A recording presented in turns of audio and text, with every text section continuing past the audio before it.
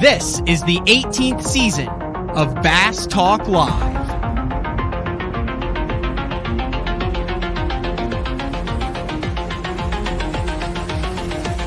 With your host, Matt Pangrath. BTL is brought to you by Lawrence, Bass Cat Boats, AFCO, Strike King Lures, Sunline, Big Bite Baits, Spro, X-Zone Lures, Gamakatsu, The Bass Tank, Denali Rods, and Pro Guide Batteries. BTL, coming at you! Good morning and welcome to another exciting edition of BTL Bass Talk Live, where we are going to talk about bass fishing. Got a good show for you today. We have two winners from one tournament. And I was actually talking to one of our guests today, and he said, well, yeah, I won the tournament, but, you know, Alton Jr. actually won more money than I did in it.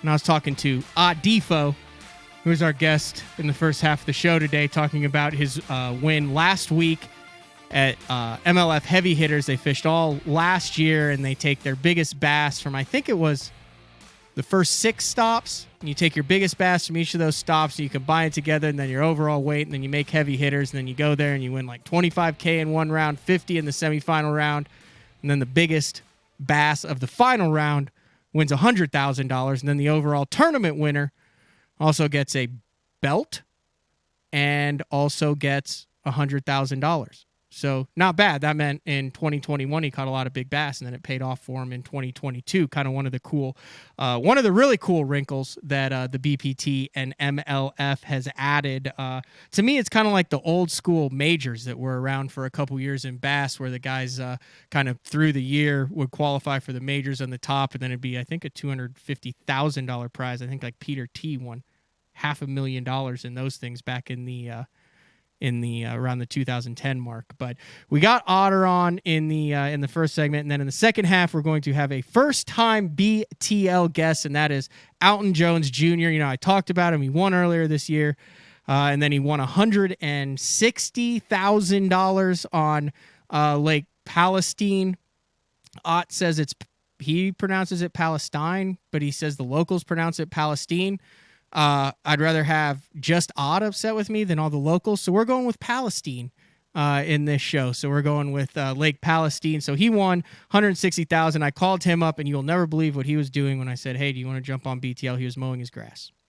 I said, dude, like, you know, you made enough money, you can have people mow the grass. He said, yeah, that's a good point. I never thought of that. So let's get to our first guest. So Ott DeFoe.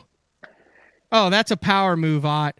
That is a power move right there in the background. Welcome to BTL. Thank you, man. I appreciate it. Yeah, I didn't know if I would be home or not, but it worked out to where I was home. I actually been on a field trip with the kids. I know this is not, this is recorded and delayed just a little bit, but yeah, today we were on a field trip with the kids, so I didn't end up being gone. I ended up being able to get back home before this and able to do this here at the house. So you could hang out in the trophy room. That's right. I'm currently at Ross Barnett in Mississippi practicing for the Bassmaster Open, the first Central. And then when this airs, you'll be on your way to the next BPT stop. And we'll talk about that a little later, because that's a lake I really like, Lake of the Ozarks.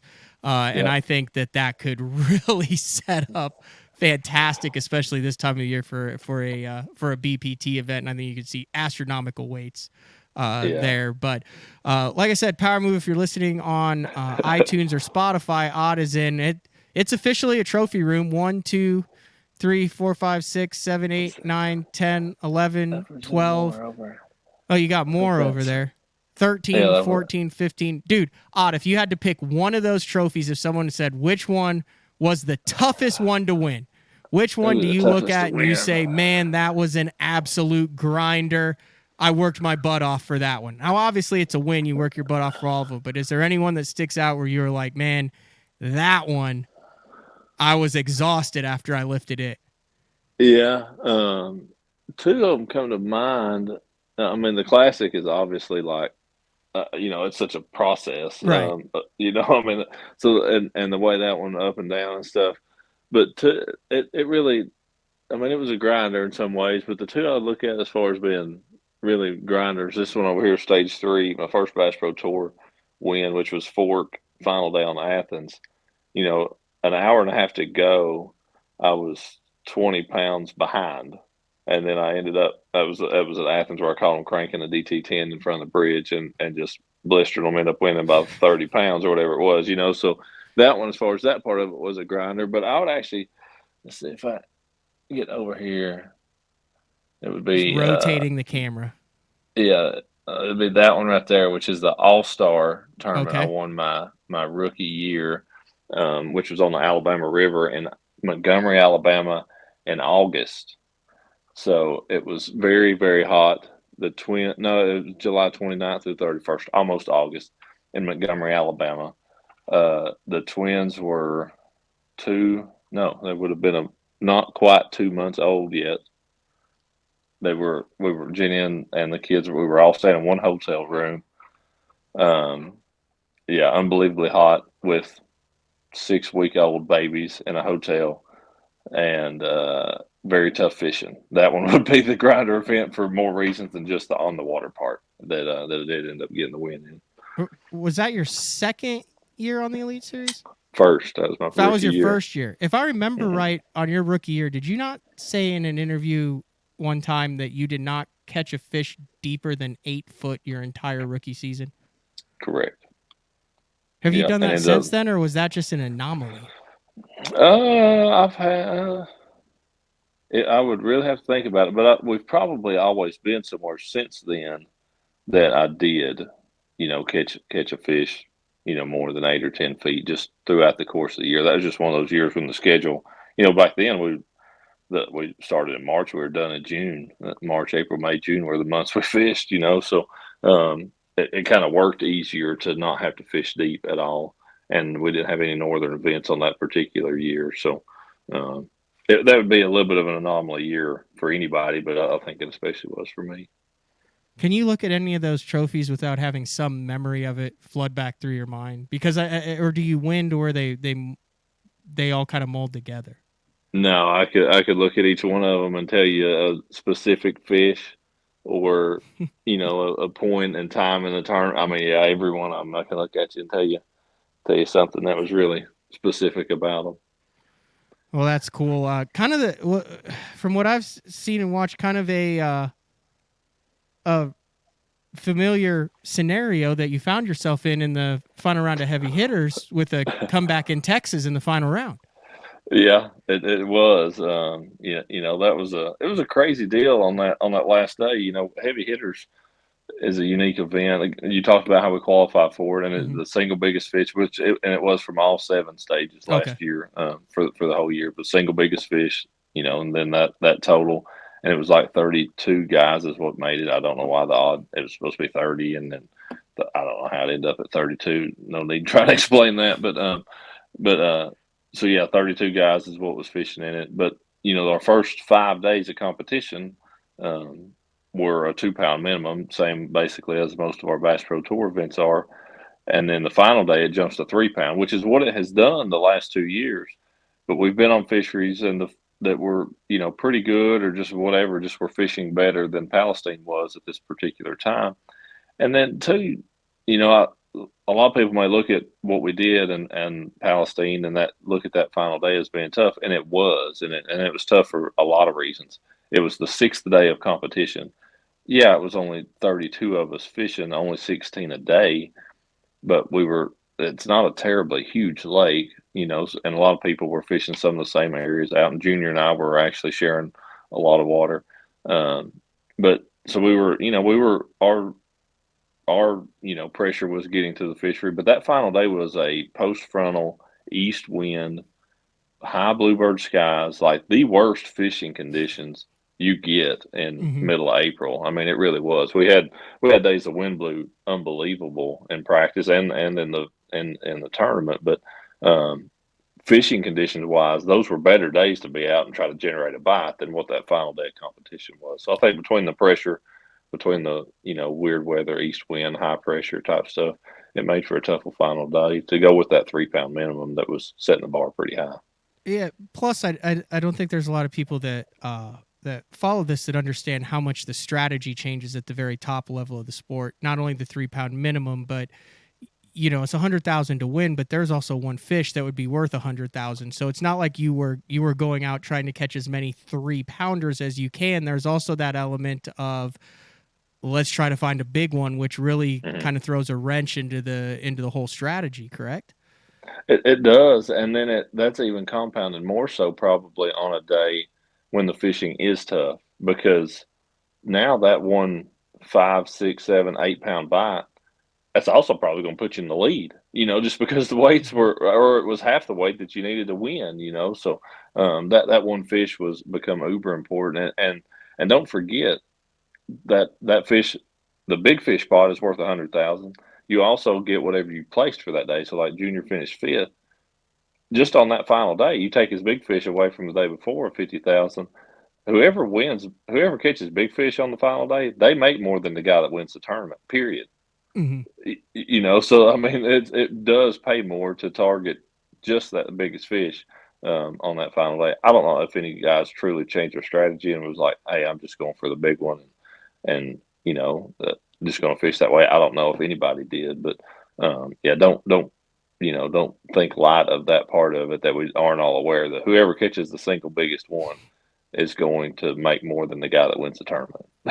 You fished for $100,000 fish and a $50,000 fish a couple times now. Is that something that's in the back of your mind throughout the tournament day, every single cast that you make? There's not many of us outside of, like a big bass bash where we're out there with our friends for the day, for the truck, for the 50,000. But I mean, 100K, and you've got to be dialed in to get to the 100K part. Is that something that crosses your mind on a regular basis throughout the 7.5 hours of competition?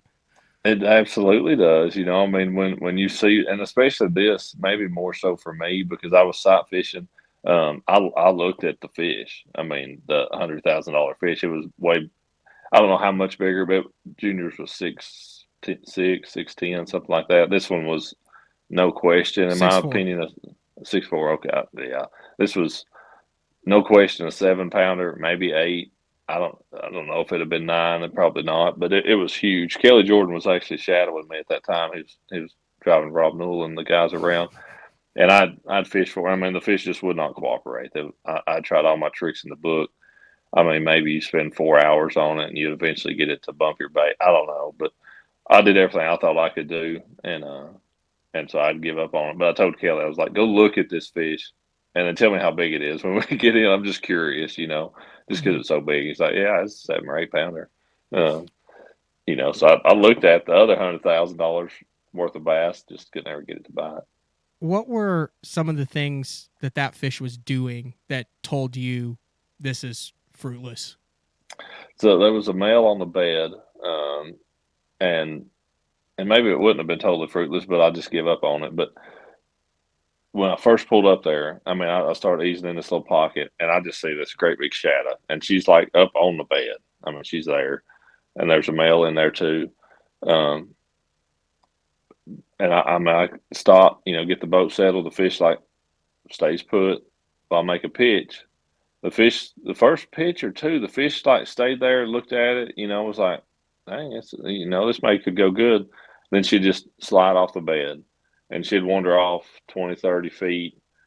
I could leave the bait in there, and she would in 3 or 4 minutes time, would slide back up that way and kind of make a pass, but she wouldn't sit in the bed with the bait there. I could pull the bait out within like a minute or two, boom, she'd be right back in the bed. Pitch the bait in there, she'd slide off, and she just would never stay aggressive. The only time that she showed any aggressiveness, one of the first times, the male, she wasn't far off the bed at this point in time. She kind of slid back up 6 feet, 5, 6 feet from the bed, and the male actually, he bit my bait, and dude, she come rushed it. I'm like, dude, I'm gonna get this fish to bite. Going down. Yeah, and at that point, I'm thinking all I've got to do is catch this male, sting him, which I didn't know at that point in time. I thought he may be scoreable. I'm like, if I can get him to where he's not defensive, she may take that role. And I keep fishing, and she never did that again. He starts biting. She never gets defensive again. I catch him, he weighed 212. Dang. So I mean, it wasn't far from scoreable, but he still didn't. Didn't hurt But you. but she didn't get aggressive at all. And I even after that, like he actually stayed in the bed pretty good. I won't say that. I feel like he bit the very next pitch. I let him go, get re-rigged, and I stand back up there and he bites it again. And he's doing his job. Yeah, but she just never got aggressive. And once I had stung him, he was still aggressive. She was like, "I'm not even getting up there. He's doing a good enough job."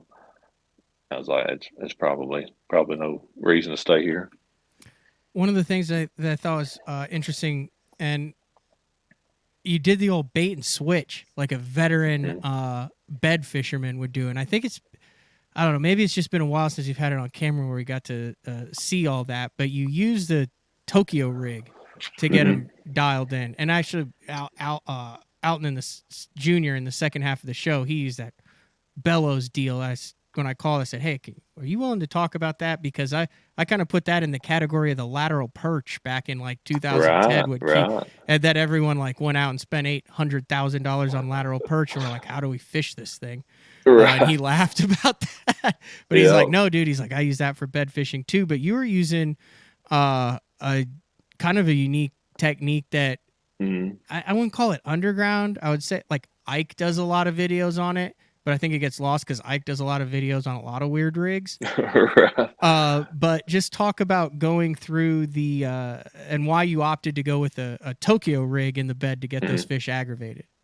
Yeah, and I've got one rigged up right here. But I did a YouTube video on this last year. I feel like fork was the first time that I used it in competition on bedfish, and then while I was at fork last year, I actually went to a small lake and did some videos on it, and did some underwater footage with it. But it's just a 4.5-inch boot tail swim bait, but it's one of those ones that really realistic. It's got some little gills, it's got some eyeballs and stuff. But that Tokyo rig, it kind of, let's see if I can get it on here, with that weight, and then that bait actually floats. And so with that hook, it'll float that because it's a hand poured type deal. So the bait doesn't sink or anything, but it'll sit up on the bed kind of like that, so it doesn't take a lot of movement with your rod tip to get that bait to move. And I think with the eyeballs, it's funny. I put a lot of stock in eyeballs on the bed. I remember when I first started bed fishing, I'm going to say 15 years ago at like down at Santee Cooper, the first big tournament I ever won, I was using a tube that was a shad color, but it had eyeballs. And I swear up and down I caught more fish because it had, big natural looking eyeballs in that tube. But I think I remember that tube. Reaction Strike, maybe, I think. Okay. Might have been what it was. I think Berkeley had one out that had eyes. They did too. They sure did. I used it some as well.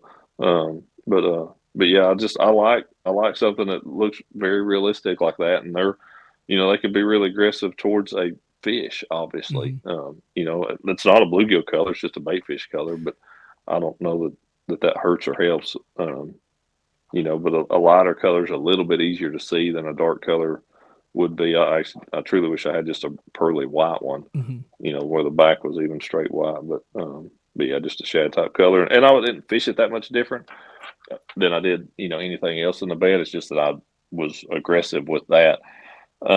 This is a 4-aught that's in this one, but I was using the heavy duty wide gap. I didn't have any of the 5-aughts here at home with me, but that 4-aught's not big enough for that bait. The 5-aught's what you need. And the reason I would do, you mentioned the bait and switch, and I absolutely did that some. I did catch fish on the Tokyo rig. I also lost a couple on the Tokyo rig. I don't think it's the rig deal, just that bedfish in general, we all know that they bite weird, most of the time. So I try to use as high of landing percentage as I possibly can, and that's where the Texas rig would come back in, which was it's something that I've got a really good success rate on. The whole, from rod, reel, line, leader, weight, hook, like the whole combination all the way to the bait is something that I have a lot of confidence in landing fish with. So if it was a fish that I could get fired up on the Tokyo rig where it's biting it, nearly every pitch. Sometimes I'd reel it back in, immediately pitch the worm in there, and feel like I was 100% going to get that fish to bite, and and then be able to land it at that point. But there were fish that weren't very aggressive towards the worm, and I'd get them fired up with that, and they'd eat it. And I would just go ahead and try to catch them on that. How long have you been doing the braid to fluoro leader on your heavy stuff? I've done it some for several years, 6 or 8. Like I started off probably doing it on a football jig, just for feel, and just for hook set, like a football jig, and what little I threw a Carolina rig, making a long cast, just probably less for feel as it was solidness of hook set, because take a 3/4 ounce football jig and bomb it out there, 120, 150 feet, and then it sink 20 feet. You've got a lot of line out, and that was probably where I started doing it on a bait caster, and then I've just molded that in more and more and more to where if it's a soft plastic or I flip with it, like everything on my 7.6 heavy, 7.1 medium heavy, 7.3 heavy, all that stuff is all braid to leader anymore. Is there a lot of similarities between Texas lakes and Tennessee? I mean, is there any reason, or is this just happens that you've won 3 major events in Texas? I think it just kind of happens that way. I don't draw a lot of similarities to them. We certainly don't have any Senate timber. The way you won didn't seem like it would be, like it's not like, oh, well, Ott does this on Douglas. Right. Yeah. It's not running up a creek and hitting rocks and that kind of stuff. It's definitely different from that. But the fish down there do, as a general rule of thumb, they like cover. Whatever cover they've got, if it's grass, if it's bushes, if it is timber, if it's stumps, they like cover, and you don't typically have. I mean, there are places, and so they certainly catch them, live scoping and that kind of stuff. But most of the tournaments we've had down there have been when you could catch them in cover, and the tournaments I've done well in, I should say, have been cover oriented type tournaments. I gotcha. How has your BPT strategy evolved over the last 3 or 4 years? Because it's obvious that there's a handful of guys. They're not just getting lucky catching more weight than everyone. There's a system that you guys are using, and there's, I'd say, 20 guys that seem to be in the top in almost all these events, and you're one of them. Yeah, the big thing for me is, and it really does go back to kind of the way I would start fishing a 5-fish limit tournament. My deal was always in a 5-fish limit. I wanted to catch a limit as early in the day as possible because I could always cull through them. That was always my strategy. It was never, I'm gonna fish for 5 bites today and or 7 bites and hope to land 5. I was not that guy. So I just kind of stay in that almost hunting the limit mode. The whole day is what I would call it. If that's it, if that's always going around the bank, skipping a wacky worm, trying to catch the, 2, 2.5, 3 pounders. If you throw it in front of a 5 pounder, you're probably going to catch it too. If that's doing it instead of picking up a frog or a big gaudy swim jig and hoping to get 1 bite in the pocket, I'm going to go around it with a wacky worm, try to catch 7 and hope that 4 of them are scoreable instead of just trying to catch 1 4-pounder out of it. So, I guess that would kind of be the difference in my strategy, maybe from some guys, that it's kind of the same as trying to catch keepers, just trying to do that, which build a foundation. The 2 pound, yeah, and that's the 2 pound minimum. It was certainly that way on the 1 pound minimum. Once we upped it to the 2 pound, you really had to fish for quality fish, and just know that your number of scoreables was going to be certainly less than it was at the 1 pound deal. But I like the 2 pound. The 3 pound on the final day of this thing it made it tough, but it always kept you close. Everybody was always in it, all the way to the end. Yeah. Final round, 10 anglers, 24 bass over 3 pounds were caught between all 10, which, I mean, I'm no mathematician, but that's only 2.4 fish per angler, and no one had 5. You had 4. 4, I believe. So it was a grind. I want to go back to this to the sight fishing thing. You did win this primarily bed fishing, but Leading into that tournament, a lot of social media posts of, oh, BPT's in town. It's windy. It was cold, windy, hellacious winds there, like really hard to get Yes. around on that. Yep. And practice-wise, you guys only had, what, 2 days of practice? 2 days, yeah. And 2 it's a days of daylight to dark day, a daylight to 6 day. Okay, so Mhm. a day and 3/4 of practice. Did you know at the time that you were going to be sight fishing? And then how did you go about trying to locate bedding bass in those conditions? I think there's a lot of listeners who are fishing this time of year around. They have a local tournament and their practice day. It sucks. Yeah. Yeah. How'd you see them, find them, go about it in adverse conditions? Yeah. So it was the first day of practice was one of the windiest days I have ever fished in, and the roughest day I've been on the water as far as the size of the waves in a very long time. And Palestine's not that big of a body of water, to be honest.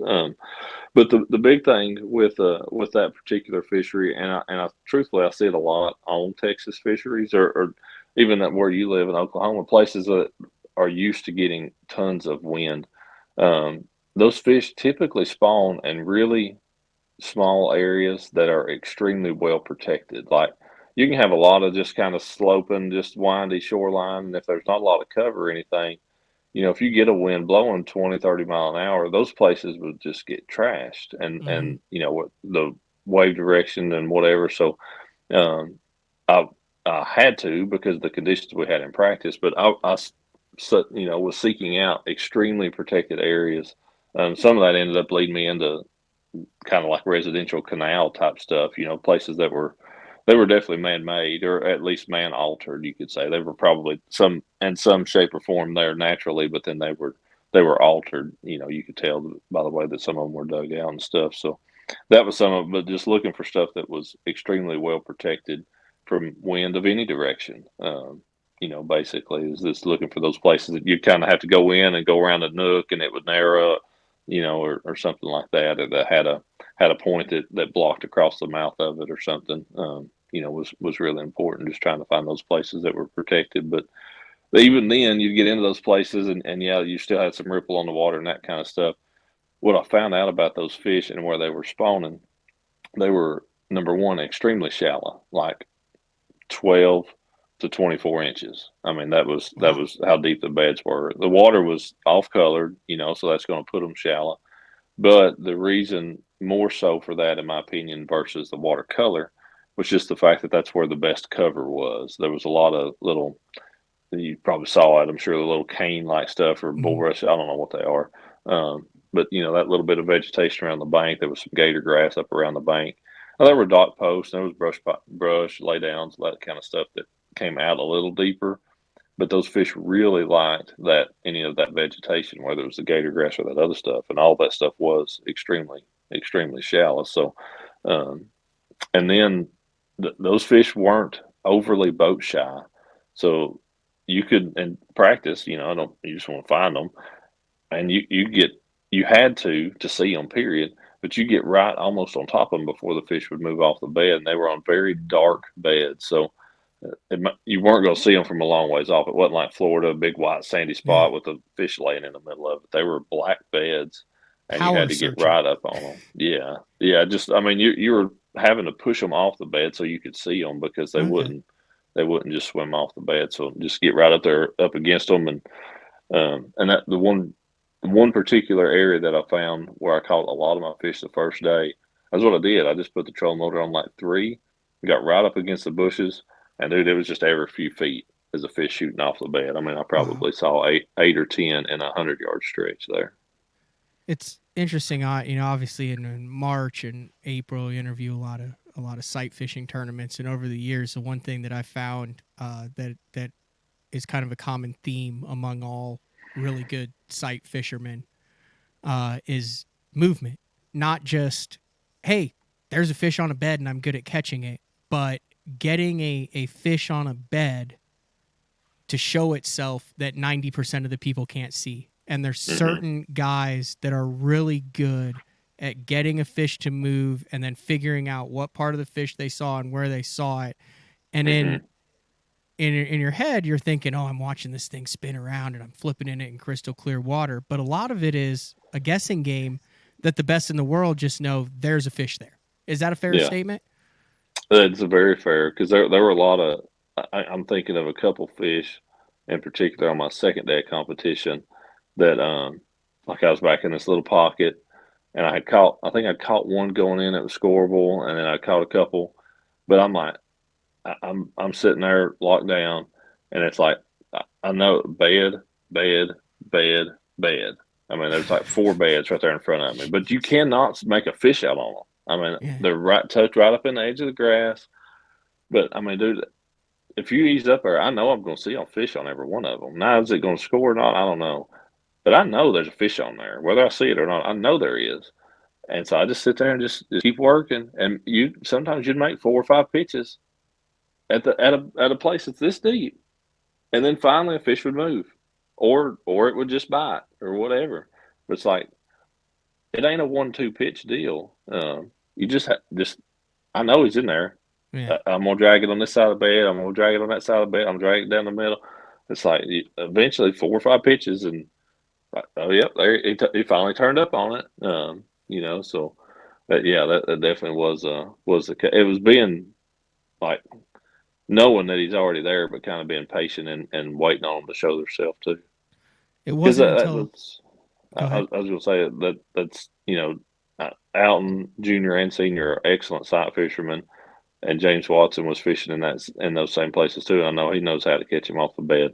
The 3 of us were rotating a lot of the same water, and truthfully it blew me away that I went behind Junior and caught anything off of the bed, and he went behind me and caught fish off the bed. But it's because they were so hard to see. He was seeing some I wasn't. I was seeing some he wasn't. He's in the queue right now. He's probably not happy that he just heard that. He's laughing. No, but hey, the 6. I didn't fish on the knockout day for the 50,000, but the 6-pounder he caught, I think, was in the same stretch where I started. There was 2 places that were side by side. I can't remember for sure which one he said, but the 8-pounder, either the 50 or the $100,000 fish, one of those was in the place where I started and didn't catch anything, but I ended and I caught the last 2 that I won with. Did you have an option to fish that semifinal if you wanted to? If you wanted to. Why didn't you fish for $50K? Because I was guaranteed to fish for 200. Because if you fish for the 50, then you got to requalify. Then you got to qualify. It's like, hey, you can give up your spot and go after the extra 50K, or you can jump right to the 100K. Was that a pickle at all, or was that an easy decision for you? That's super easy. Yeah, I mean, I guess you're fishing for 200,000 on the final day. You wouldn't give up 200,000 to fish for 50 for a chance of 50. How ticked off was Lucas? He a little bit. He said, "Good job, you sucker." You know, I mean, he was not like getting beat. No, he doesn't. None of us do. And I love Lucas. He's an excellent guy. And I did hate to pull that away from him. I know that feeling a little bit. I've been been close on stuff a few times and lost it in the last little bit. More so on cuts, I think, than wins. I've been blessed on the win part of it, that's for sure. But he's definitely an excellent angler and will continue to win some. He's won, with the BPT. It's okay. You don't have to talk him up. He's fine. Yeah. But I look at, he won a BPT at Sturgeon Bay, and then that kind of got his ball rolling with our deal. But I'm seeing that more and more of that coming.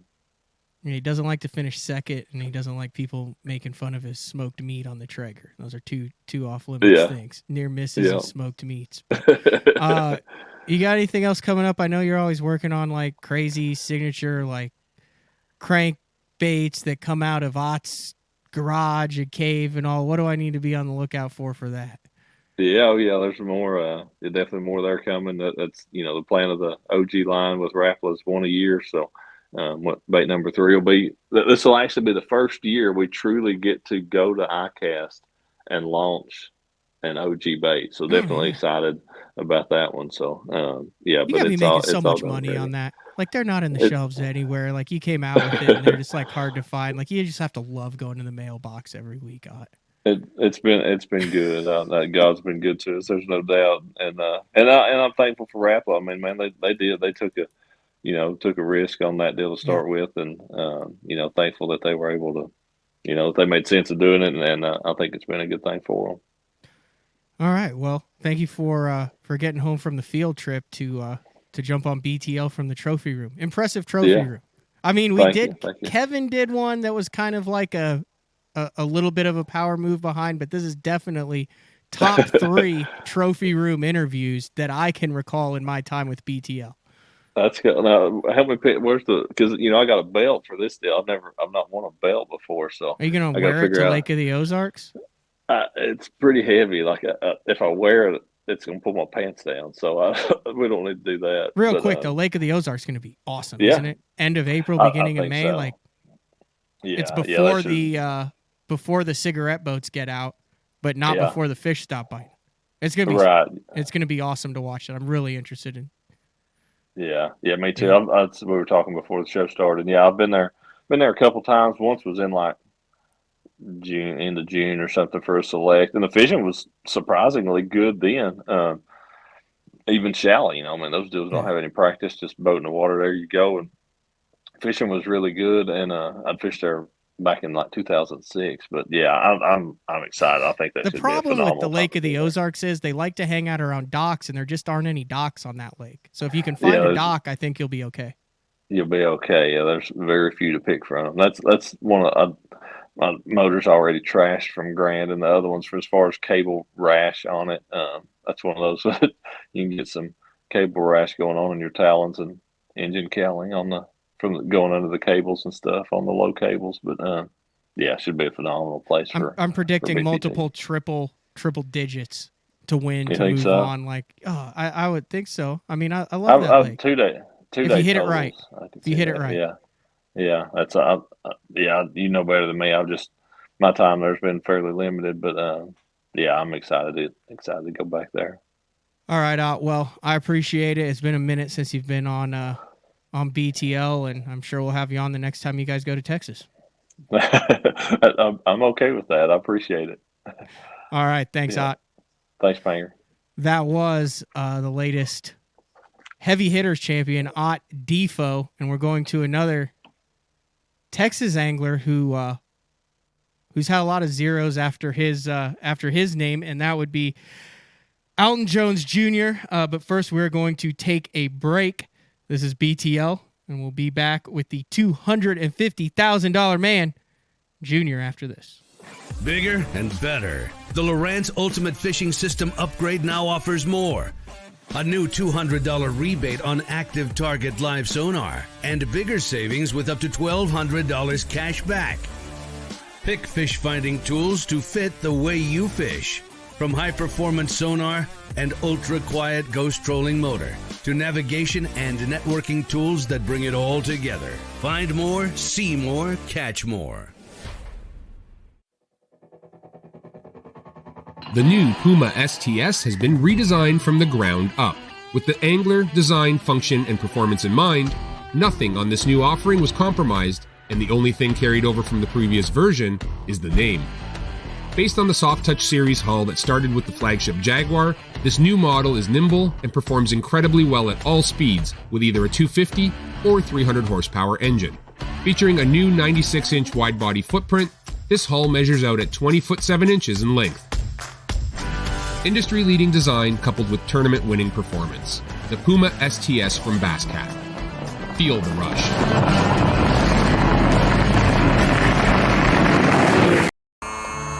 I've been my living on the water for over 20 years. For 14 years. For over 23 years. I've worn a bunch of different clothing brands over the years.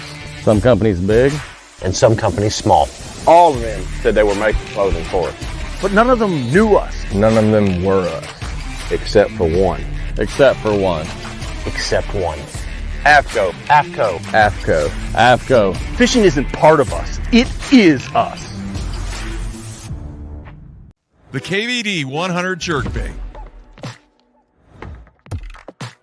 15 different colors. A perfect combination of roll, wiggle, and flash. Increased castability. 3D eyes.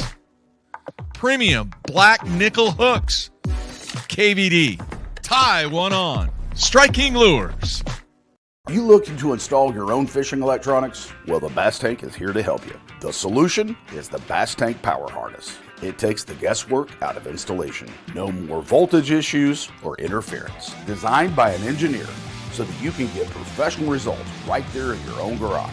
Installation done right with the help of the Bass Tank Power Harness. You can feel confident knowing that your installation was done right. The Bass Tank Power Harness. Give us a call or order yours today at thebasstank.com. Elite Series Pro Daryl Gleason here. My Pro Guide batteries keep me going on those long tournament days and long practice days. Always plenty of juice, never fail. The best part about Pro Guide batteries, it's the people behind the company. They have over 40 years experience in the battery business, keeping all of us fishermen out on the water longer, catching more fish. Check them out at ProGuideBatteries.com. What's up, Bass Talk Live fans? Brandon Polnick here. And ever since I won a couple Bassmaster Elite Series events on X-Zone Lures, I've been getting a bunch of questions of what makes them so special and different. And really, the truth is, it's in the details. The little details, things like no cheap fillers in their plastic. That gives you more lifelike action, more realistic and vibrant colors. But don't just take my word for it. Go to www.xzonelures.com and check them out for yourself. Welcome back to BTL. That was Ott DeFoe. It was interesting. He was telling that story at the beginning about how when he won that first tournament in 2012, and he was staying with his 6-month-old and his wife, and he was doing it all. Like, we're the same age. I used to always remember when I first got into this thing and I was covering it. Like, Ott always had his stuff together. I was like, dude, I'm like 24 years old, and I'm just lucky to get here to like write a story about you. I'm like, you got twins, you got sponsors, you're doing this for a living, you've been doing it since you were like 19, and then he just never stopped, as you can tell by the trophy room. Another guy he's got to get a trophy room started now because he's getting some hardware on it. It's not the trophy room that Ott had, but it is the first time on Bass Talk Live BTL. Alton Jones Jr., thanks for taking time. Thanks for putting up the mower and joining us on BTL today. Thanks, man. Thanks for having me. And yeah, if you're going to compare my trophy room to anyone's, please don't do it to Ott's. I mean, that's kind of a hard one to match up to. I was on watching the last couple minutes of y'all segment, and he's got quite the list of accomplishments. How old are you? I turned 30 on Friday. And you started doing this when you were what, 23? 24, like full time, like where you would say, "This is my gig." I fished for the Opens for a few years. My rookie year was on the Elites was 2017. I would have been like 20, 24, 25, something like that. 24. Could you imagine doing that first year with 6-month-old twins? No, I could not. It's funny you said that. You talk about Ott's age. The first time I met him, my dad was rooming with him and Andy Montgomery. And I helped my dad drive to the California Delta. And I think I was in college at the time, but it was over summer break. And I met Ott, and I was probably 21, 22 at the time. But I said, "Hey, how old are you?" And he said, "I'm 29. And I said, wait, what? You said 39? No, I'm 29. And I was like, this guy's just a kid. Yeah. That's why I was like, Mr. DeFoe, can I interview you? Exactly. I remember telling him that story later on. And he said, "I'm an old soul, Junior." It is, and while it's paid off, he's almost hit the $3 million mark, which is pretty impressive. And I mean, before this year, you were right at the $500,000 mark, and now you are you're almost at the $800,000 mark. Like, I mean, that's got to be pretty relieving. Like, did you ever imagine going into this year, you fish 5 tournaments and you've got almost $300K in the bank? No, I didn't see that coming at all. You know, you can hope, you can dream. You see other young anglers. People don't really think of them as young anglers anymore, but they're about my age. You got Wheeler and Lucas and Jordan Lee and all those guys, and they have seasons like that. But it's kind of hard to always measure. You know, when you see what they do, it's hard to measure up. But it was I've been really blessed this year. I've caught a couple lucky breaks, but that's what you have to win some events. Coming into this year, my goal was like straight up. They said, "What's your goal this year?" I said, "I want to qualify for Red Crest and I want to win an event." And been lucky. It's a dream come true to have actually done that. You really believe in lucky bites? I know Brandon Polinick always says like luck is where opportunity meets preparation and all that stuff. I mean, but is there such a thing as a truly lucky bite? I mean, I think there's a little bit of luck in everything. I mean, whether it's bass fishing, football, the ball has to bounce in your favor, but you got to put yourself in position to catch that ball when it bounces your way, you know? So I think like this week, Ott and I were sharing water. You know, he talked about it. Like he saw fish that I didn't, I saw fish that he didn't. And just going into these, you know, having the right sun angle when you're going down these banks, I mean, it can change what you see, and it's just putting yourself in position, I guess. I mean, the way Brandon says it's a lot smarter than what I'm saying, but put yourself in position to get those bites. But the ball has to go your way. You do all the right things, and it doesn't necessarily mean it's going to pay off, but you can put your head on your pillow at night knowing that there was nothing you could do about it. Exactly. That's a good way to say it. He talked about the sight fishing thing. Are you considered? Do you consider yourself a good sight fisherman? I hate grouping brothers together and fathers and sons because fishing is so different. Everything is so different. But I mean, is that something that you kind of, I guess, followed in the footsteps of? As far as I actually went during the break, I've got a 6-inch June bug dinger that your dad won on Florida on, and it was when we got like the winning baits, and he's like, "Yeah, here it is. It's like kind of chewed up. It's got a snelled straight shank in it, and it's pegged, and that's what he won down there on the St. Johns River with back in the day." But I mean, were you kind of destined to be a sight fisherman from the get go? I do think it's one of my strengths. So, like, it's what I love to do. But a lot of that is because it's what my dad loves to do. He's very good at it. He's taught me a lot about it. Still to this day, I consider him to be one of the, I mean, obviously I'm biased. I consider him to be one of the best sight fishermen that's ever played the game. And he's leagues better than I am, even though that's one of my strengths. But I do think that the apple doesn't fall far from the tree, however you want to say that. But it's something I really enjoy and feel very comfortable doing. I think I'm better than the average, even pro sight fisherman, I guess. I think it's one of my strengths. That's all I'm going to say. Were you listening to the part of the Ott interview when I said that it seems like a lot of the guys look at movement instead of the actual fish? Is that kind of the same with you? Do you think that's something that weekend anglers really mess up as far as not being able to actually see the fish?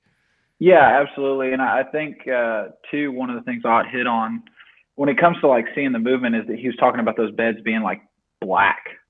And something about like these Central Texas, East Texas fisheries that tends to be just how the beds look once they're dusted off, and they're very, very difficult to see.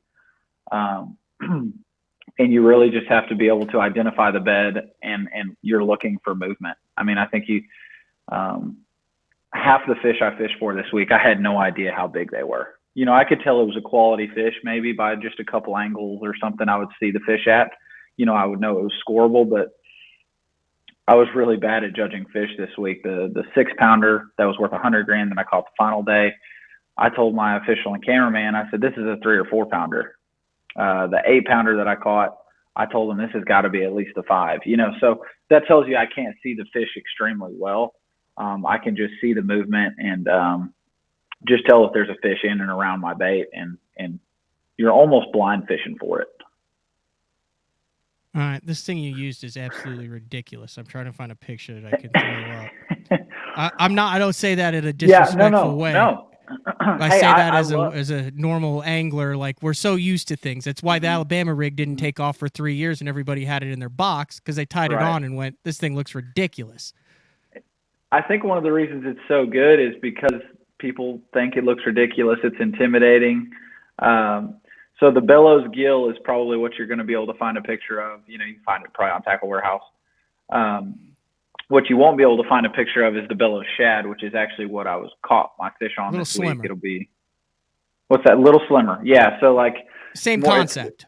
Same concept. It's an entirely ribbed body, very similar movement. But yeah, that's the gill right there. I use that thing as a sight fishing bait. You look at it, it's a bluegill profile. It moves really well, but it was strictly a sight fishing bait for me. And so we've worked to slim it down, trim it down, and it's a beaver size when you look at like profile, how fat it is and all that. And that'll be the bellow shad coming out. And that's what I caught with those big ones on. Okay, but it looks like it's what, 4.5, 5 inches long? I believe that one is 3.8, so it's not quite as big as you think. I guess just the angle. So they have better. they have a 2.8, a 3.8, which the 3.8 is kind of the standard size of what you usually use, and then they do have, I believe it's a 5.2 or 5.8. That thing is huge, dude. It's like the size of my hand. It's huge. Yeah. I mean, it'd be something you could probably only throw at Lake Falcon. But that 3.8, it's a pretty good little bait. If you ever got one on a bed, pitch it over there and see what happens. And it's more of, I guess it represents a bluegill profile. Right. Yeah. So it's a bluegill imitation. If you've sight fished, you've probably seen a fish chase bluegill off. I mean, as they come in and eat the eggs. And the great thing about that is it's incredibly soft plastic, which is good and bad. It's a one fish bait for most people, but it moves very well in the bed without actually like having to work the bait through the bed. I mean, I can just sit there and quiver it and the whole bait moves really well. And I've been using it for about 3 or 4 years now. That bait is actually how I got in contact with G-Crack. And it's been a good partnership ever since. There you go. So then, like, will you use that thing outside of the spawn for, like, I hate to even say the word, Carolina rigging? I've always thought it'd be a great Carolina rig bait around brush piles, or maybe it sinks. It has a very high salt content, so like a Cinco, maybe throwing it around brim beds or something. I haven't been able to do that in a tournament setting yet, but this bellow shad is going to be something you would flip bushes with or something like that. So it also it's a crazy chatterbait trailer. Oh yeah, and then based on the picture on MLF, it didn't really say it in the breakdown, but it appears as though you are also a fan of the braid to fluorocarbon leader on your heavier setups, which is it's rare. It's rare. At least I think it's rare. Yeah. There's really not very many anglers that do that. I mean, my dad, I know Seth Fighter does it when he flips milfoil and stuff like that, but it's just something that we've always done.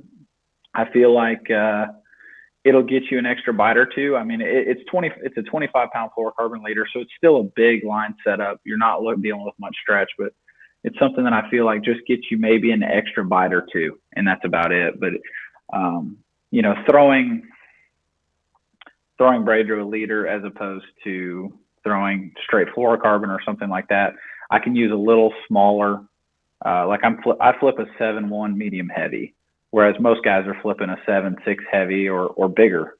So it allows me to be a little more accurate, a little more. I feel like I've got better feeling to the bait and all that, and it's my comfort zone. It's what I've been doing for my entire life because it's what I learned from my dad, and it works for me. I want to go back to the win earlier this year that kind of kicked off this incredible season that you've had. Wins are interesting, especially now with the advent of the live, and then you throw in you could always see it at the weigh-in, but you throw in the on the water where you're literally competing 1 second, you have 30 seconds where you hope nothing crazy happened, and then they say boom, and you get that initial reaction where you go from the adrenaline rush to the realization that you'd won. You were pretty emotional with the win that you had there. Kind of now that you've had a little bit of time in hindsight to think about it, what does that mean to get that first national level win and also do it like with your dad right there too, and on a fishery that is so famous? I mean, you had kind of the trifecta going on there. Yeah, it was like something out of a movie, the way it all shook out. Going into that event, I felt good about it. I liked how it was setting up with it being low. I thought it was going to fish my style. And fast forward to the event, practice really didn't go well. I struggled the first couple days of the event. Moving into the knockout round, things started to click. You know, I made a couple ride adjustments, got on a really good, like, just got dialed in. Mm-hmm. And I just never really saw it coming. Like, going into that final day, obviously I won the knockout round, right? But we had a day off because of an ice storm. I'm fishing the back of a ditch in the back of a creek, like some of the most affected water to cold water, or like to cold temperatures. And I hope they would still be there, but I kind of told everyone, I was like, hey, I'll either contend for a win or I'm going to finish 10th. There won't be really an in-between. Either they're going to bite or they're not. So you go through the day and it goes well. In the final period, as soon as we started, Dakota caught 2 big ones, like back to back, to pass me. And, you know, we've got an hour left. I'm like, hey, this is fine. I know we've got to catch another one. That really didn't surprise me that I was going to have to continue to catch more, because you always do against this group. Right off the bat, I catch another fish. There's like 50 minutes left, and passed Dakota again by just a few ounces. And little did I know that I was not going to get another bite the rest of the event. So you have this hour-long build-up. I mean, I was level-headed for about the first 30 minutes of that, 50 minutes to the end. Then that last 20-minute creeps in, and you've got Dakota, who's ounces behind me, Wheeler, who's 6 pounds behind me, which is one bite there. And I'm just prepared. I'm like, in my head, I'm like, I'm gonna blow this. Like, this is it's. I don't know what I could have done different, but you just have this, man, I'm about to get my heart ripped out by one of these 2 dudes. I've had 2 second place finishes before. They were not close seconds, so they weren't gut wrenching. One of them was to Ott at Lake Athens, and another one to Michael Neal up in St. Clair. But this one, I was like, this is going to hurt, is really what I was thinking this whole time until the final seconds, because, at Lake Fork, you've got all these stumps. So when it comes to like making a move, you really can't, because it takes so much time. Like, I'm fishing the back of a creek. It's going to take me 20, 30 minutes just to get to where I can run, so you get hunkered in, things don't go as planned. And I think the reason I got so emotional is just like, one, how it all shook down, but like, there's so many good anglers, amazing anglers that have really good careers in the sport that never get a big win, a top tour level win. Mm-hmm. And I've seen it a lot. I grew up around the sport, and I've been consistent the past few years, but never been able to get that win. And it ends up in the back of your head, like, is it ever really going to happen? Because I've seen it for a lot of guys that doesn't. And so just to get that behind me, it's kind of a weight lifted off my shoulders. Like, mm-hmm. I've felt this year, I've since that's happened, I've felt more relaxed, hungry, but like a little bit more carefree, like go with the flow. And just to have it all happen in the state of Texas. My wife got to be there. I was fishing against my dad, it was just an overwhelming of emotions. And then you add in, I didn't catch one for the last hour. Like, I was like, dude, how is this even? I was like, I don't deserve this. This never happens. I don't deserve this, Yeah. What happened? But I was overwhelmed, and I didn't cry when I caught the big fish. So I got all my crying out in the first one. But hey, you mentioned the stumps on Fork, and I want to get your thought on this. And for the last couple of years now, we've had the Bass Fest on Fork with the Elite Series. We've had the MLF's BPT events. It seems to me like spring on Fork, that forward-facing sonar has completely revolutionized how guys fish Fork in the spring. Now, I know it was 5 foot low here, so you guys could target the stumps and all that stuff more. But I just, in the short amount of time that they have worked with the Texas Parks and Wildlife to either do the catch, weigh, release 5 fish or the catch, weigh, release with all you could catch, it just seems like that forward-facing sonar has unlocked a whole different element that a lot of people didn't realize existed out there in that timber early in the year. Mm-hmm. Yeah, with the way Fork sets up, not only with the timber, which makes fish want to suspend, but Fork as a whole is very featureless. Like, it's sand. I mean, everywhere you look, there's very little like steep cover or anything for those fish to, outside of the root system of the stump. There's nothing that these fish have to hold tight to. And so I think it's a dream scenario for forward-facing sonar. So you've got, and I mean, just flats in general are where forward-facing sonar suspends or excels, because one, the fish will suspend up a little bit. There's nothing for them to tuck tight to the bottom to, and you can look further and see clear. Where forward-facing sonar tends to struggle is steep banks, with bluffs and things like that, because you're getting this really weird return as you're looking down a bluff or up it. But man, especially with the size of the fish at fork, I mean, what does that look like next to a tree? So like, dude, you got a tree there. There's one that's like 8 foot down. Like, what does that look like when you're looking at your screen? Well, a lot of times, I mean, I can remember I caught an 814 on day 2, or no, it was day 1 at fork. And it was actually on a giant laydown. I mean, this thing, I couldn't wrap my arms around this laydown, but you're looking at this laydown and you see the tree, and then you can't see the fish individually, but there's just one spot of the tree. Like there's a piece of the tree that's just like this dark like red, like orb. Yeah. Like glowing. And that that's a fish. I mean, once you get used to it, and I mean, that you think a 2-pounder looks big. I mean, dude, everything you see at Lake Fork it's like a giant stop sign. So it not only the way the lake sets up, but just the size of the bass. I mean, it's hard for them to hide. Is there enough cover and hard to get to areas where that lake will protect itself? Or is that, I mean, because those fish, I know you catch some, but I mean, there's a big difference between casting to 50 and hoping there's 2 on it that you can't see and literally just stopping when you see them. What are your thoughts on the future protecting those pre-spawners, or is it a deal where they'll just go further back into it where you can't get to them? I think there's plenty of cover that just never gets fished on fork. I mean, the entire lake out there in the abyss is pole timber, and I think that's why it supports so many big fish. And especially when you were talking about big fish, like they get big because they act different than most bass. They're not super patternable. And those fish, they get out there and they chase crappie and do all that stuff.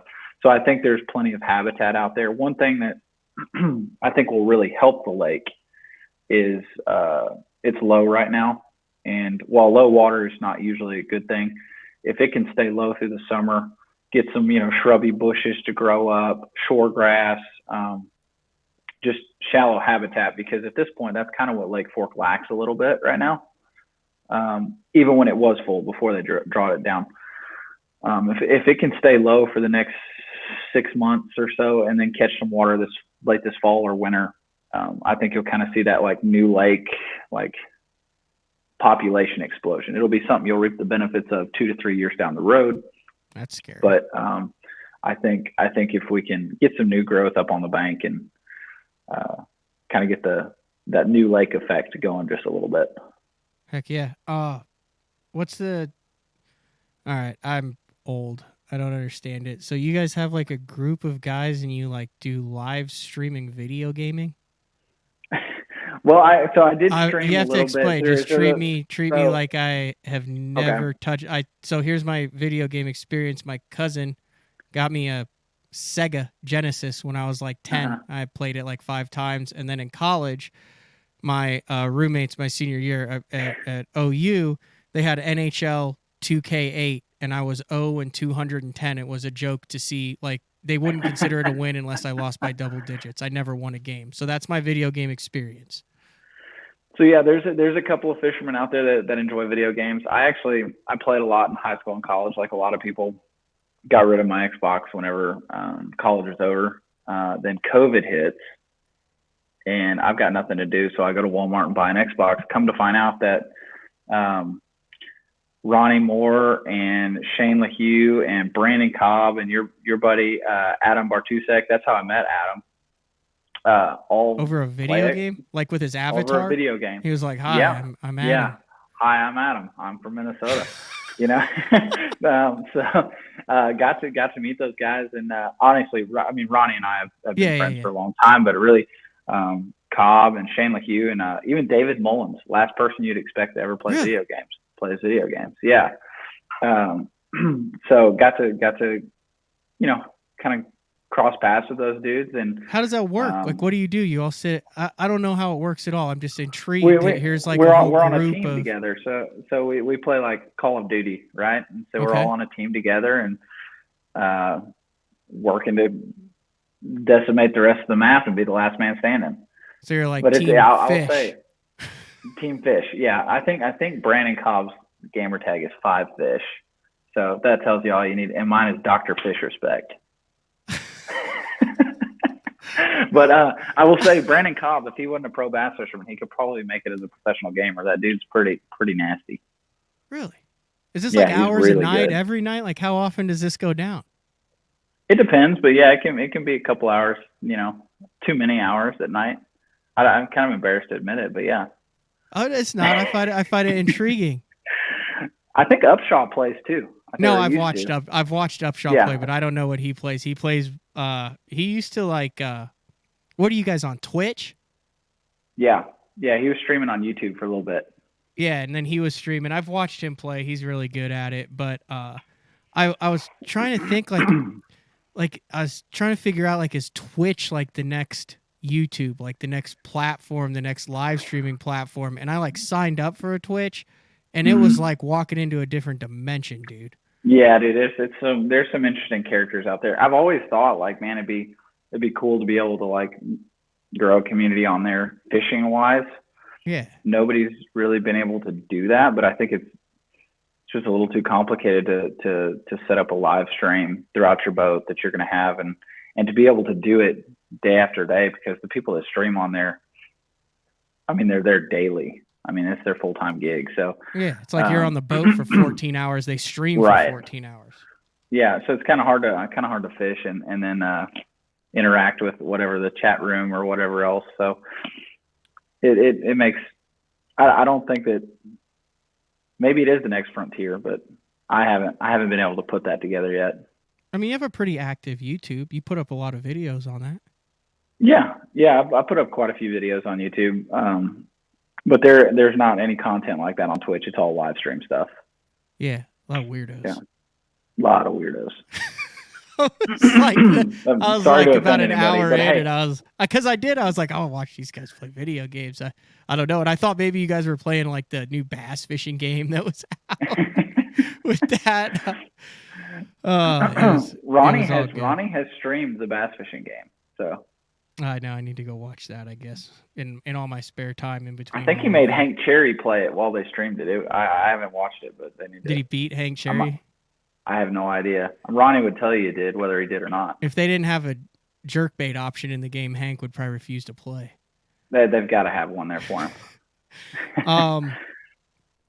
I talked. You probably just lost your entire audience, by the way, by taking a fishing show to video game. So I just want to let you know that. No, I'm interested in it. We all do like kind of the fringe stuff, the business side of it, all sorts of little weird wormhole avenues in the fishing. That's what I think is the most interesting thing. One of the coolest things that you could do with podcasts is like you can go wherever you want with it for as long as you want with it. And once you kind of have the structure and with it, like I think that's where like the creativity and the real conversations take place instead of, hey, here's the 5 questions and here's the answers. Like, yeah, we did like this show is a lot of like fishing techniques and stuff, but I thought it was interesting that you and Ott were throwing some interesting baits, him with the Tokyo rig to get the bites with the bellows. So no, I like that stuff. I'll ask you the same question. I seem to be a little bit more excited about the next stop on in Missouri than Ott did. What are your thoughts on the next BPT event? I think it could be phenomenal. Yeah, I'm really, really excited. Like when you look at the whole schedule and I'm talking to people and they say, what are you most excited about? Or what do you think is your best chance to do well? And of course I said Lake Fork because I like Lake Fork, had success there. But I said Lake of the Ozarks just because the time of year. I love to sight fish. I love to bed fish. Anything related to the spawn, I love. We're going to be right on the verge of it. It's been a brutally cold year up there, so those fish should be wanting to pop. Sorry, that's my dog in her kennel. That's all good. But yeah, get her out if she wants out. You don't have to. I mean, she doesn't have to be like in jail for BTL. She's more than welcome to join us on the show. Nah, she'll come up and try to get in my lap. She'll be all right. Is it a big dog or a little dog? She's a German Shepherd. She's a big dog. That's a big dog. Yeah. You want to see her? Yeah. Let's see the German Shepherd. Okay. She just got a bath. So come here, Steph. I felt bad. She's been in a cage for an hour because of BTL. Come here. Oh yeah, that's she just got a German bath. Shepherd. So. Oh, okay, Yeah. so she's got a she's little like bit, not, little bit of she's shower like, no, I'm head out of going here. on. Yeah, but yeah, I expect Lake of the Ozarks to be incredibly good. I mean, everything that I've heard is that it's the best Ozark lake right now, and I think there's going to be a lot of fish caught, and in ways that are just fun. Sight fishing, swim baiting, flipping. It should be a good week. Well, you're sitting in 11th, going into the midway point of the season in the Angler of the Year. The bad news is you've got like Edwin Evers and Kevin Van Dam and Brian Thrift and Jacob Wheeler and Jordan Lee ahead of you. I know you can compete with that, but those guys have been animals over the last couple of years out here. Yeah. I this next event, I mean, like if I'm gonna have a shot at Angler of the Year, this next event is kind of a make or break. Like I'm not super far back. Like I think it's out of like third. I'm not super far back, but I'm a long ways out of first and second. With Jordan and Jacob. So, I mean, I've had some hiccups this year, even though I've had a good year. So hopefully we can keep the ball rolling and pick it up. And at this point, those guys are going to have at least one tough event if I'm going to have a chance to catch them. If they continue to fish out of their minds, I'm already out of Angler of the Year, but. Well, I mean, you compete for the Angler of the Year. You'll also compete for $1 million in career earnings then. So. Right. Yeah. So I'm trying to take it one tournament at a time, and hopefully we can have a couple more magical events, and you never know where you might be at the end of the year. Well, thank you for jumping on BTL. You're more than welcome here anytime. I said it's been too long. I think this is the first time you've been on BTL. Yeah, it is. I've been waiting for this call, so it's a good day. All right. Well, thanks for jumping on. I appreciate it. Tell the dog, sorry, we didn't mean to put her in BTL jail for 45 minutes. All right. I'll go play fetch with her to make it up to her. All right, Junior. See you. Thanks, Matt. That was Alton Jones Jr.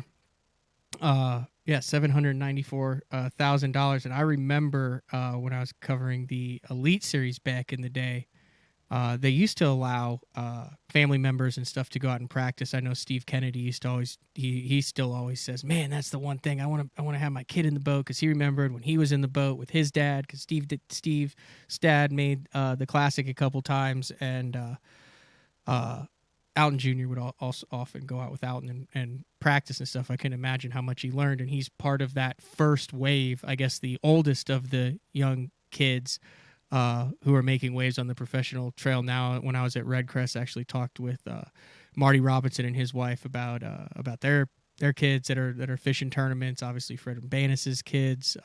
Seeing what Laker Howell is doing out there. Britt Meyer's kid, and I started naming them. I'm gonna leave them all out there, but there is just a group of uber talented young to mid 20-year-olds that are expecting to do well and have the platform and the base and the knowledge base to do incredibly well. So we're going to take our final break of the show and then come back and kind of wrap things up. This is BTL.